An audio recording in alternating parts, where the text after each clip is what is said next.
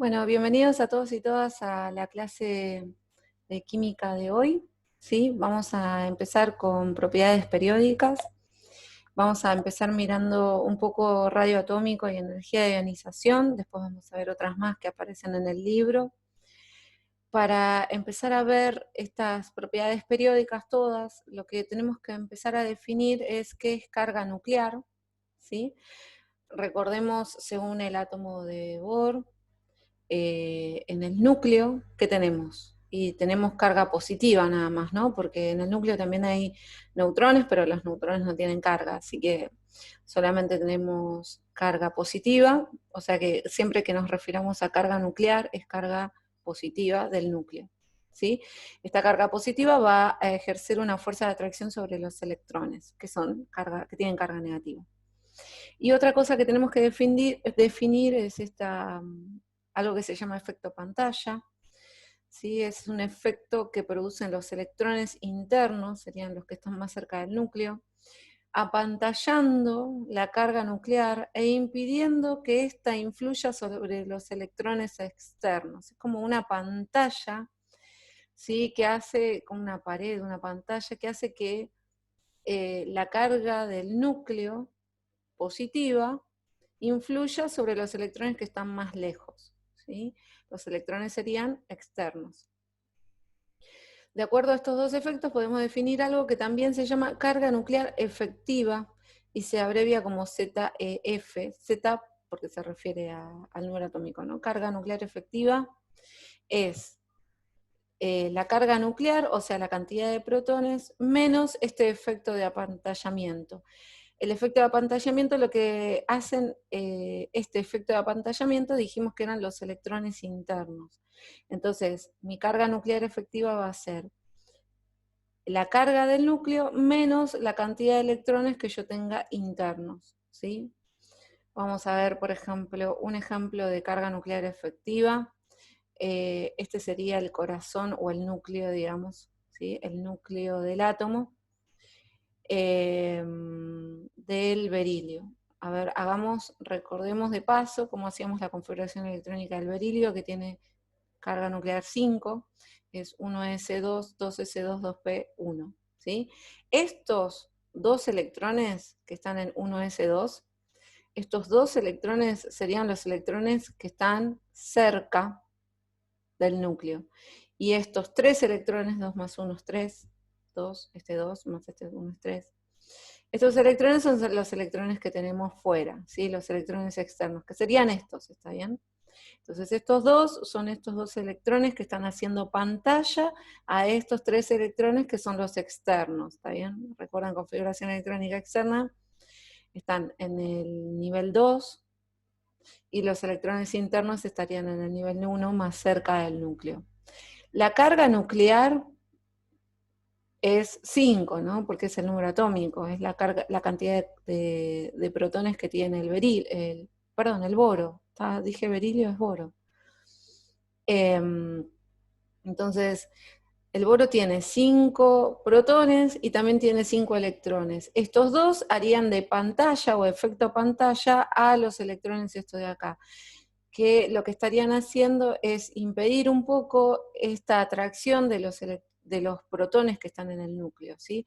Entonces, ¿cuál sería mi carga nuclear efectiva? Mi carga nuclear efectiva habíamos dicho que era la carga nuclear menos el número de electrones internos, o sea, la carga nuclear, que es 5, menos la cantidad de electrones internos, que en este caso es 2.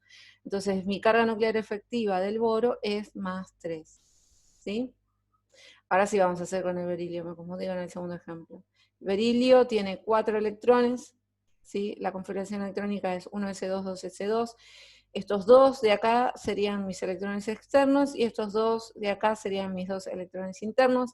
Acá estos 4 son los 4 protones que están ejerciendo una fuerza sobre los electrones externos. Pero los electrones estos dos internos hacen el efecto pantalla y por lo tanto, ¿cuánto sería mi carga nuclear efectiva? La carga nuclear efectiva del berilio sería 4, porque recuerden que era el número de la carga nuclear menos el número de electrones internos. O sea, la carga nuclear es que es 4, son 4 protones, menos la cantidad que yo tengo de electrones internos, que es 2, 4 menos 2, entonces mi Z efectiva en este caso del berilio sería más 2, ¿se entiende? ¿Se entiende la definición de carga nuclear efectiva? Entonces, para comprender el efecto de la carga nuclear efectiva, analicemos los valores que toma a lo largo de un grupo, a lo largo de un periodo. Miremos en un grupo. En un grupo, recuerden que el grupo era en la tabla periódica, ¿sí? Las columnas, ¿se acuerdan? El grupo 2 está el berilio, magnesio, calcio, estroncio, bario y radio. La configuración electrónica de todos es 2. Es esta, 2s2, 3s2, 4s2, ¿sí? Todos terminan en s2, pero como están uno debajo de otro, los periodos van aumentando en 1. La carga nuclear efectiva sería en este caso, para el berilio que tiene 4 protones, menos 2 es 2, para el magnesio son 12 protones, menos 10, que son los electrones internos, me da 2, 20 protones, menos 18 electrones internos me da 2, ¿sí? Entonces, mi carga nuclear efectiva es la misma, ¿sí? En un grupo. Vamos a analizar, entonces dice, de acuerdo a los resultados, la carga nuclear efectiva es prácticamente constante a lo largo de un grupo, pues aumenta paralelamente Z y el número de electrones internos, ¿sí? Vamos a analizar en un periodo. En un periodo, por ejemplo, el periodo 2, analicemos el periodo 2, que son la fila 2. En la fila 2 de la tabla periódica, fíjense, búsquenlo, está el litio, después está el berilio, el boro, el carbono, el nitrógeno, el oxígeno, el flúor y el neón. ¿Sí? Vamos a buscar la carga nuclear efectiva. Es 3 protones menos 2 electrones internos me da 1. Para el berilio son 4 protones menos 2 electrones internos me da 2. Para el boro son 5 protones menos 2 electrones internos son 3.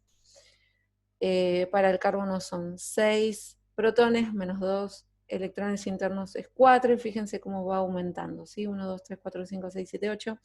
Entonces, en un periodo, la carga nuclear efectiva aumenta al aumentar Z. Si aumenta el número atómico, aumenta la carga nuclear efectiva, pues aumenta el número de protones del núcleo, pero no aumenta el número de electrones internos, ¿sí? Acá no está aumentando el número de electrones internos, por lo tanto, pero sí aumenta el número de protones del núcleo. Por lo tanto, al aumentar el número atómico, también aumenta la carga nuclear efectiva, ¿sí? Bueno, una vez que ya analizamos la carga nuclear efectiva, cómo aumenta en un grupo en un periodo, podemos empezar con nuestro primer propiedad periódica, que se llama radioatómico, la vamos a abreviar como Ra. El radioatómico está en relación directa con el tamaño del átomo, entonces cada vez que hablemos de radioatómico vamos a imaginar en nuestra cabeza que estamos hablando del tamaño del átomo y tenemos una idea de qué distancia del núcleo, qué distancia hay entre dos núcleos, ¿sí? Eso sería la noción de radioatómico que tendríamos que tener, ¿sí? Dice, para determinarlo se toma la mitad de la distancia entre los núcleos de dos átomos iguales, ¿sí? Esta es la mitad, esta sería el radioatómico, ¿sí? Vamos a analizar cómo varía dentro de un grupo. Bueno, dentro de un núcleo, al aumentar el número atómico, también aumenta el radioatómico. Eso es común, ¿no? Porque si yo tengo más núcleo, un átomo con mucha carga nuclear, si tengo mayor carga nuclear, voy a tener mayor radioatómico, ¿sí? Dice, al aumentar el número atómico, recordemos que la carga nuclear efectiva no variaba, por lo tanto la atracción del núcleo por el último electrón es prácticamente la misma, ¿sí? Al aumentar el Z, que sería el número atómico, aumenta el nivel en el que se encuentra el último electrón. Por lo tanto, aumenta el tamaño del orbital y esto conduce a un aumento en el radio atómico, ¿sí? Entonces, si aumenta la carga nuclear, que sería el número atómico, aumenta, ¿sí? el tamaño del núcleo, por lo tanto aumenta la distancia del núcleo del último electrón y aumenta el radio atómico, ¿sí? Perdón. Este n era la cantidad de niveles, claro, aumenta la cantidad de niveles, ¿sí? Bien, ahora vamos a hacer otro ejemplo. Vamos a mirar ahora cómo varía dentro de un periodo. Recordemos que en un periodo aumenta el número atómico, pero va a disminuir el radio atómico en este caso. ¿Sí? Fíjense, vamos a analizar en un periodo. En un periodo, ¿sí? Que eran las filas, fíjense cómo es el tamaño del litio, el berilio, el boro, el carbono, el nitrógeno, el oxígeno, el flúor, neón, sí, cada vez va disminuyendo el número atómico, entonces en un periodo el radio atómico decrece, ¿sí? De izquierda a derecha, y en un grupo habíamos dicho el radio atómico aumenta de arriba hacia abajo. Esto es en la tabla periódica, esta es la tabla periódica, ¿sí? En un periodo, la variación de un periodo es al aumentar el radio atómico, al aumentar el número atómico, aumenta el radio atómico. ¿Por qué? Porque aumenta la atracción del núcleo por el último electrón, ¿sí? Por lo tanto, su radio atómico disminuye. Vamos a hacer este ejemplo de la página 148 del libro que les dejé en el Classroom. Vamos a ordenar los radios atómicos del sodio, del fósforo y del cesio, ¿sí? Nos dan de pista las configuraciones electrónicas de cada uno, ¿sí? Vamos a hacerlo en el pizarrón, voy a dejar de grabar un segundo. Muy bien, el libro me está preguntando cuál es el que tiene mayor núcleo, o sea, cuál tiene mayor radio atómico, entre el sodio, el fósforo y el cesio, ¿sí? Vamos a empezar analizando el sodio. Yo les dibujé el sodio acá. Tiene 11 electrones, entonces tiene 2 en el primer nivel, 8 en el segundo nivel y 1 en el último nivel. El fósforo tiene 15, 2 en el primer nivel, 8 en el segundo nivel y 5, que son estos 5 de acá últimos. ¿Qué es lo que pasa? Fíjense que estos dos tienen la misma cantidad de niveles, 1, 2, 3, 1, 2, 3, ¿sí? Porque pertenecen al periodo 3.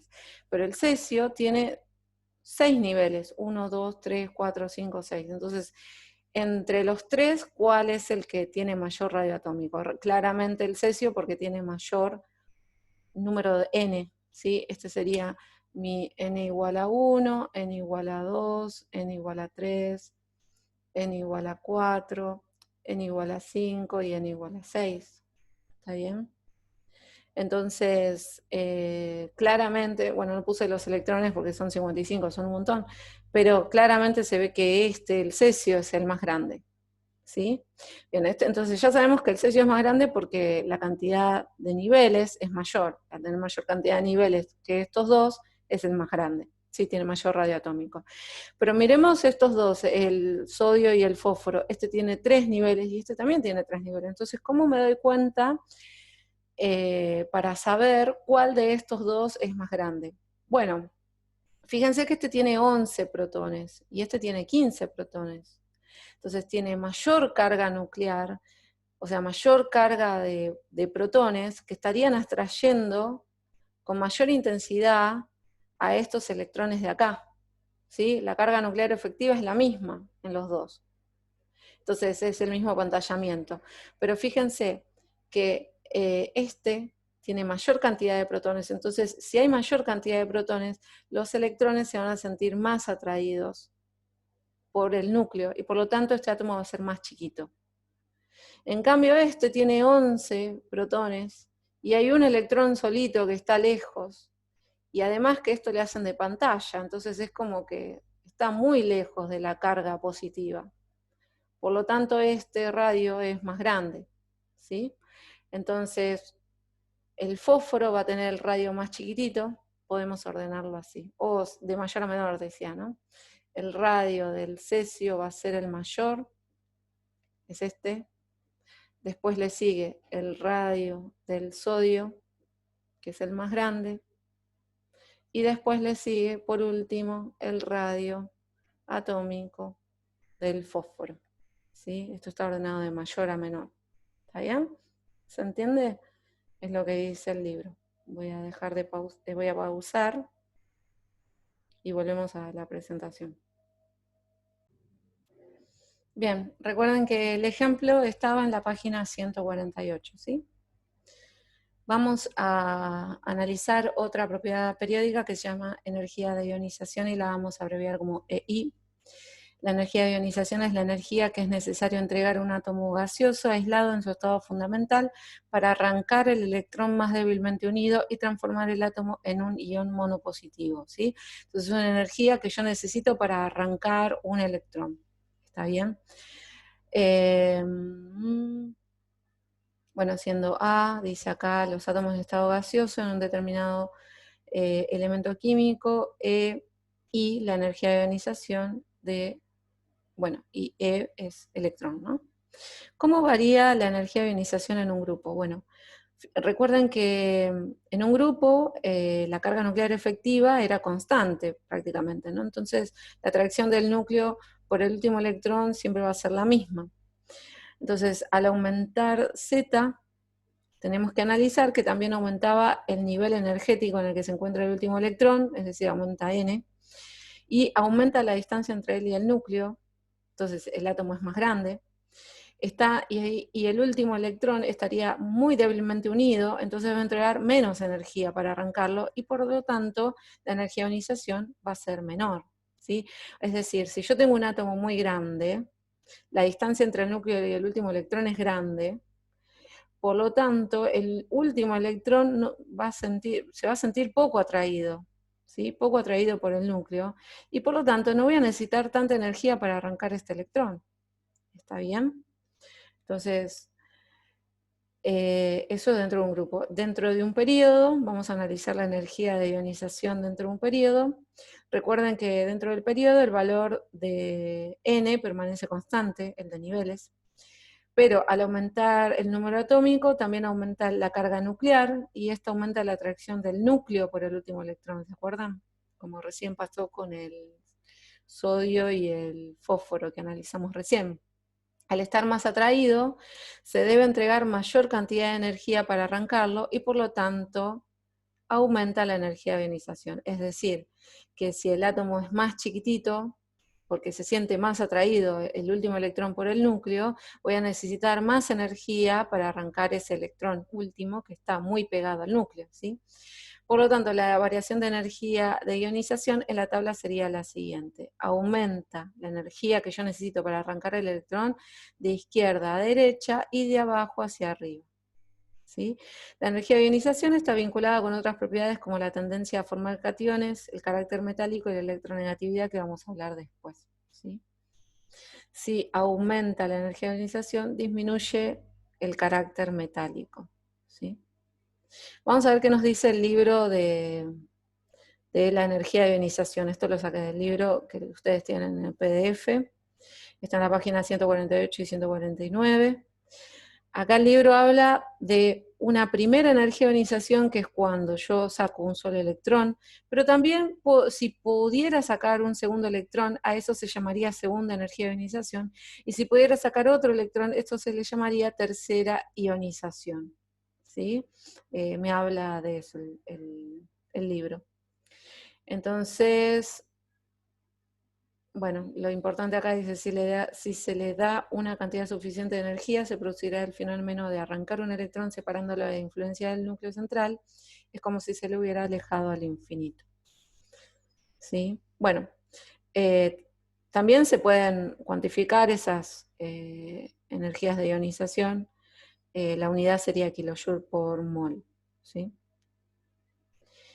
Y bueno, me da algunos valores de energías de ionizaciones. Ustedes quieran, después pueden leerlo, lo tienen que resumir, ¿sí? Y me dice entonces hacia dónde disminuye. Fíjense que la otra, acá me decía hacia dónde aumenta, ¿no? Bueno, es lo mismo, podemos decir hacia dónde disminuye, ¿sí? Disminuye hacia el otro lado y aumenta hacia el otro lado, ¿está bien? Bien, entonces recordemos que si el átomo es muy grande, ¿sí? Si el átomo es muy grande, su carga nuclear influye, ¿sí?, sobre los electrones que están al final, los electrones externos, y por lo tanto, si el átomo es chiquitito, entonces los electrones externos estarían muy, muy atraídos por la carga nuclear y por lo tanto sería más difícil arrancar un electrón. Necesitamos mayor energía de ionización, ¿sí? Vamos a ver algo al revés, que se llama afinidad electrónica, ¿sí? Es al revés. Dice, denominamos energía de unión electrónica o afinidad electrónica a la energía asociada al proceso de agregar un electrón a un átomo aislado en estado fundamental. Esto es al revés de la energía de ionización. La capacidad tiene el átomo de agregar un electrón, ¿sí? Generalmente este proceso es exotérmico, es decir, libera energía. Esto está en la página 151, ¿sí? La energía la afinidad electrónica va a aumentar de derecha va a disminuir de derecha a izquierda y de arriba a abajo, ¿sí? Entonces acá es agregar un electrón, ¿está bien? Y por último vamos a ver otra propiedad periódica que se llama electronegatividad, que nos va a dar el paso al otro tema, que es uniones químicas. Bueno, la electronegatividad tenemos que decir que no es una propiedad de átomos aislados, es una propiedad útil para estudiar la manera en que se unen los átomos.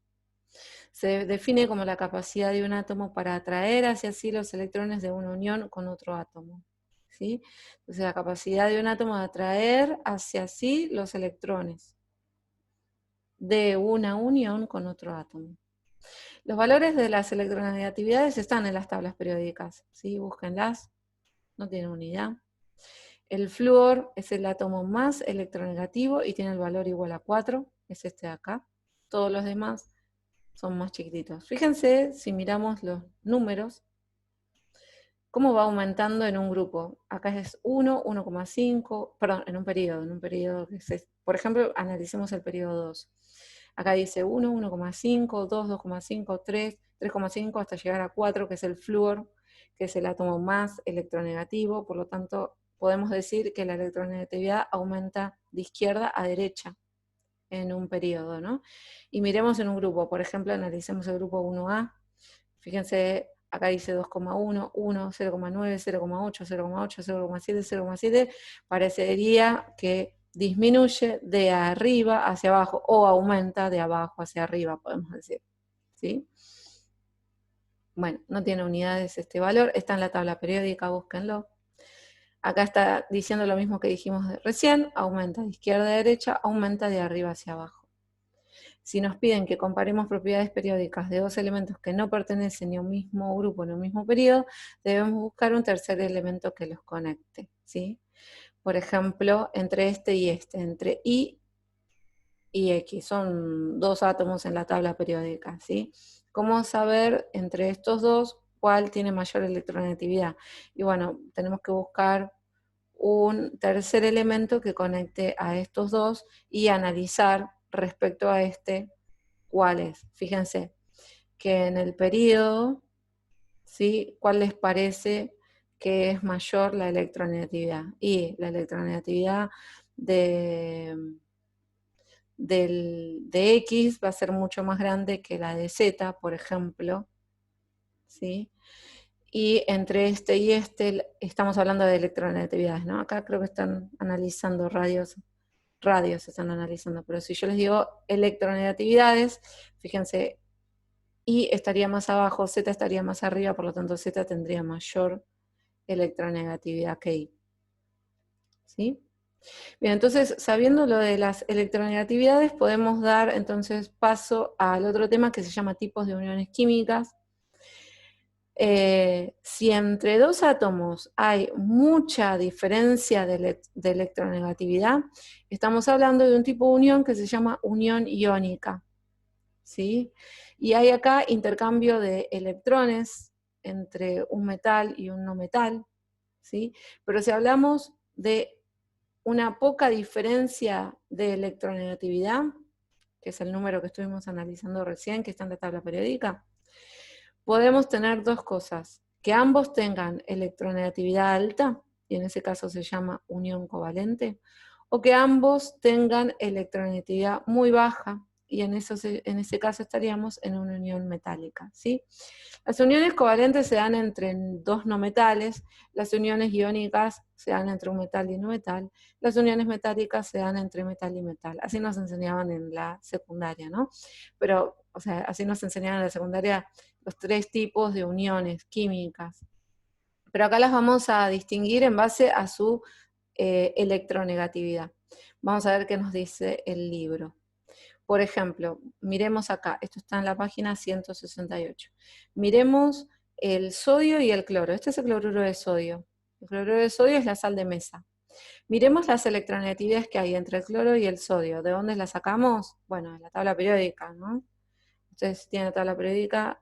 El cloro está por acá, dice electronegatividad 3, y el sodio está acá, la electronegatividad es 9. Si yo hago esa diferencia, acá está, 3 menos 0,9 me da 2,1. 2,1 es una diferencia mayor a 2, por lo tanto el tipo de enlace va a ser iónico, ¿sí? Miremos otro.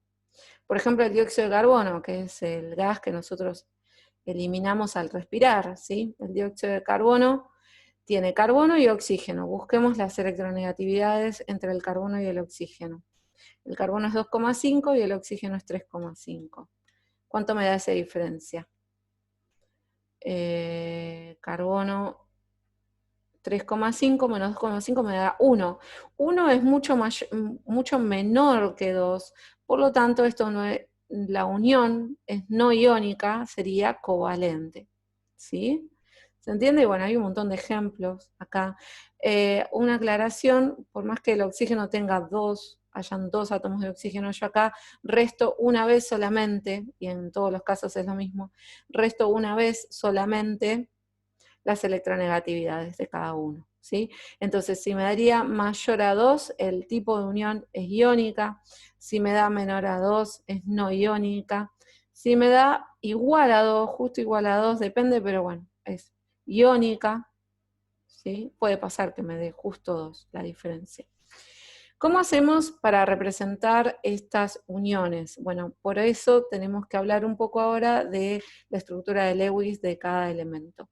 ¿Qué vamos a hacer con las estructuras de Lewis? Vamos a representar con un punto o una cruz, ¿sí? La cantidad de electrones que tienen los átomos, pero que están en el último nivel, o sea, la cantidad de electrones externos estamos hablando, ¿no?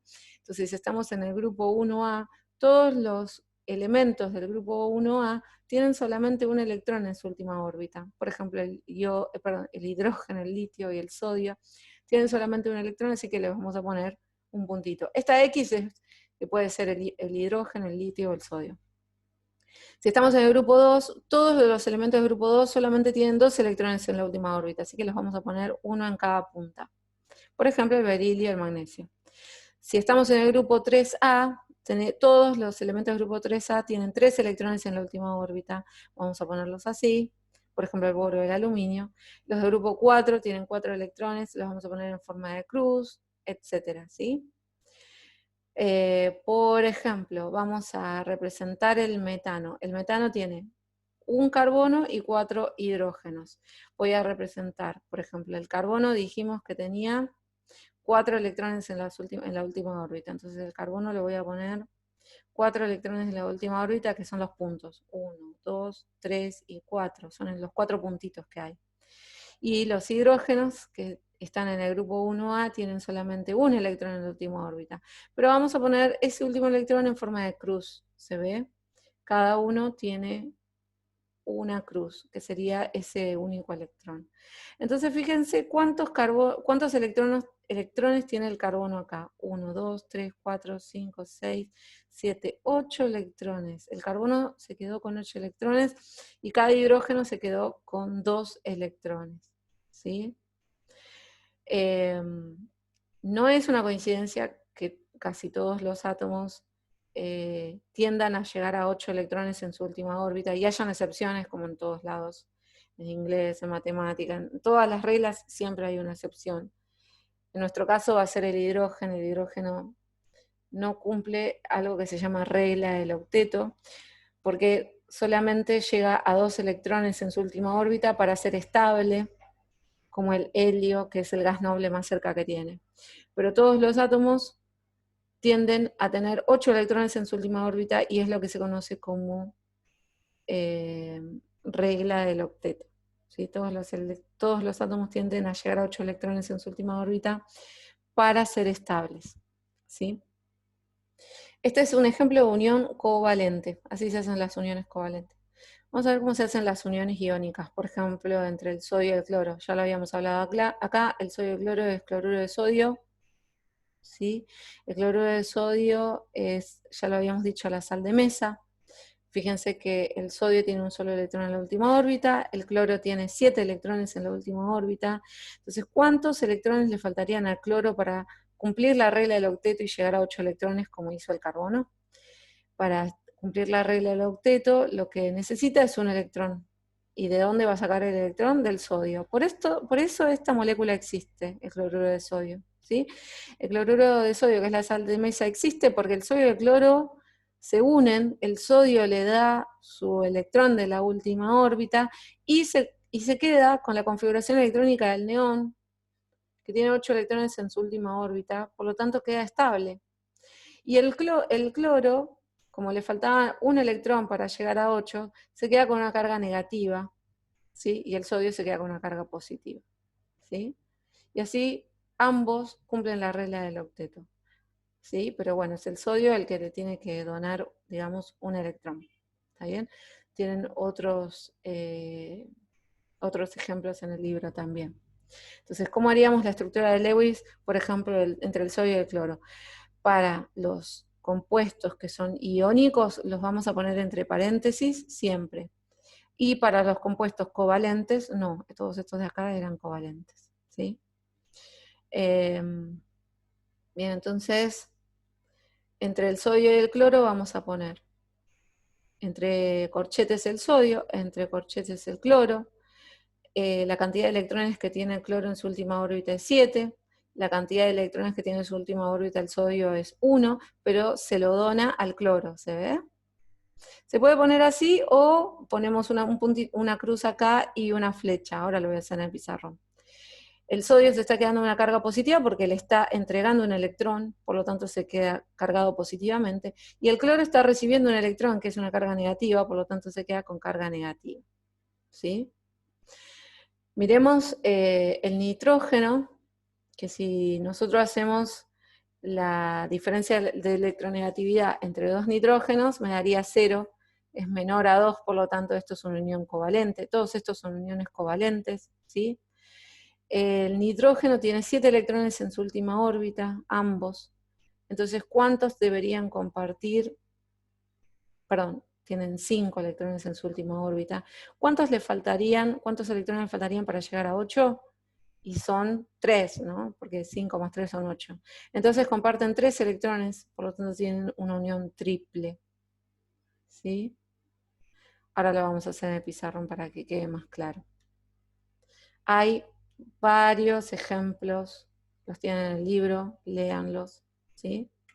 Vamos a hacer algunos de estos y en el pizarrón, y luego les queda esto de tarea, resumir el capítulo 4 y hacer las uniones, las estructuras de Lewis de esto que también está en el libro, ¿sí? Vamos a hacer algunos de estos, voy a pausar un poquito en el pizarrón. Muy bien, vamos a hacer un ejemplo para que nos quede más claro de unión iónica y unión covalente.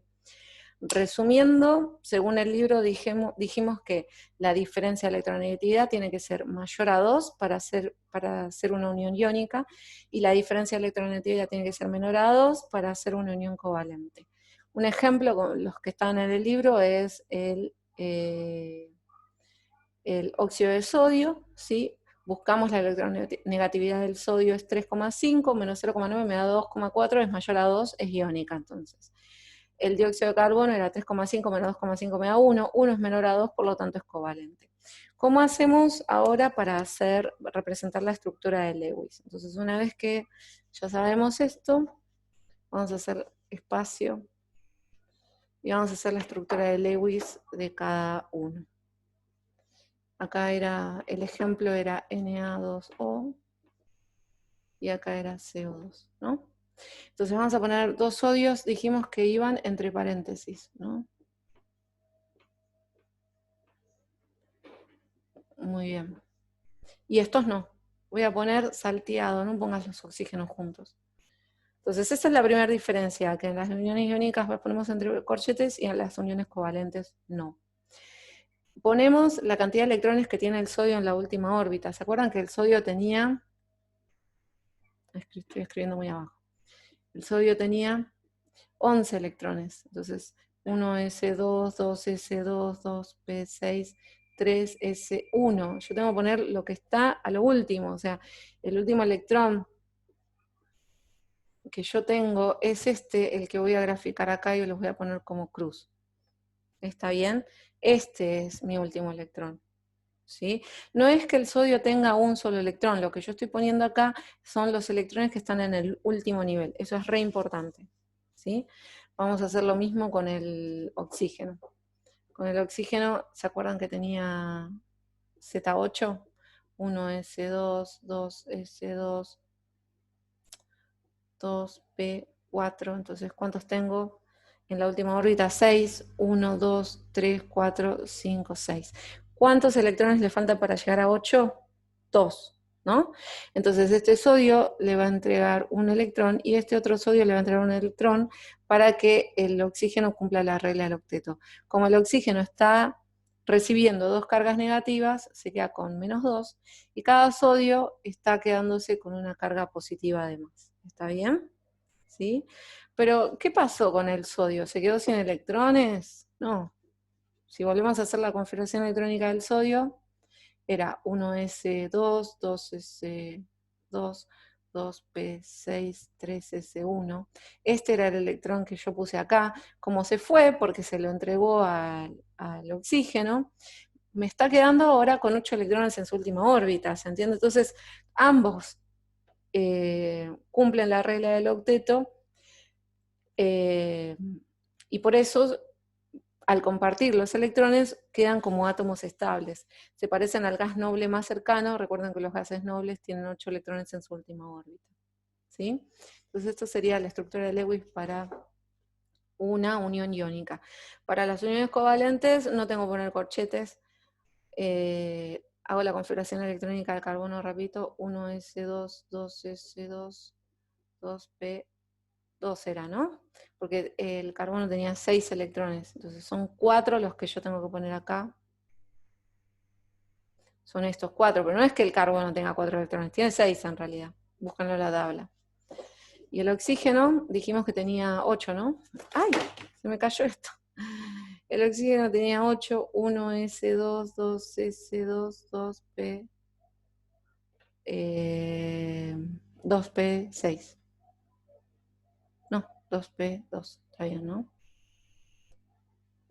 2, 4, 6,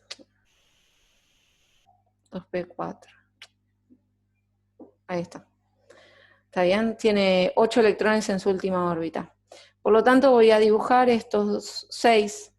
1, 2, 3, 4, 5, 6. 1, 2, 3, 4, 5, 6. ¿Está bien? Son estos 6 los que yo estoy dibujando con forma de puntos para distinguirlo de las cruces del carbono. ¿Está bien? Y fíjense, el oxígeno tiene 1, 2, 3, 4, 5, 6, 7, 8, ya llegó a 8 electrones. Este tiene 1, 2, 3, 4, 5, 6, 7, 8, ya llegó a 8 electrones. Y miremos el carbono, 1, 2, 3, 4, 5, 6, 7, 8, también llegó a 8 electrones. ¿Está bien? Entonces, todos cumplen la regla del octeto, ¿sí? Esta es la estructura de Lewis, y también se lo puede poner así.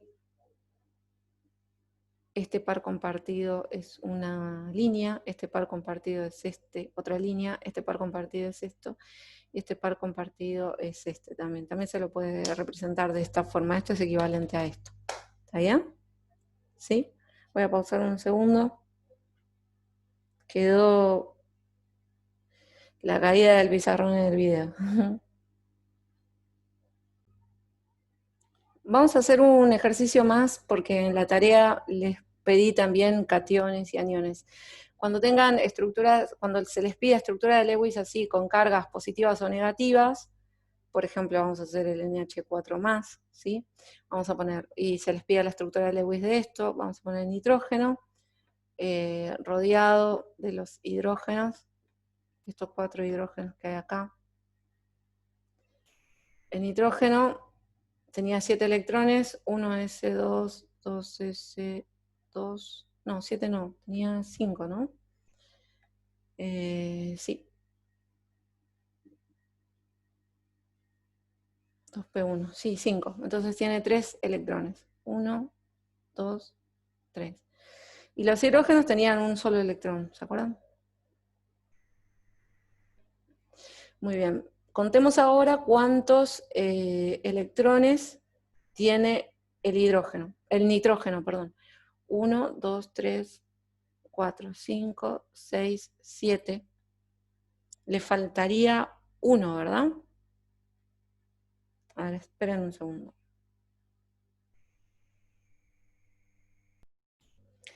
Claro, no me daba porque en realidad el nitrógeno tiene Z igual a 7, entonces yo acá había puesto antes 5.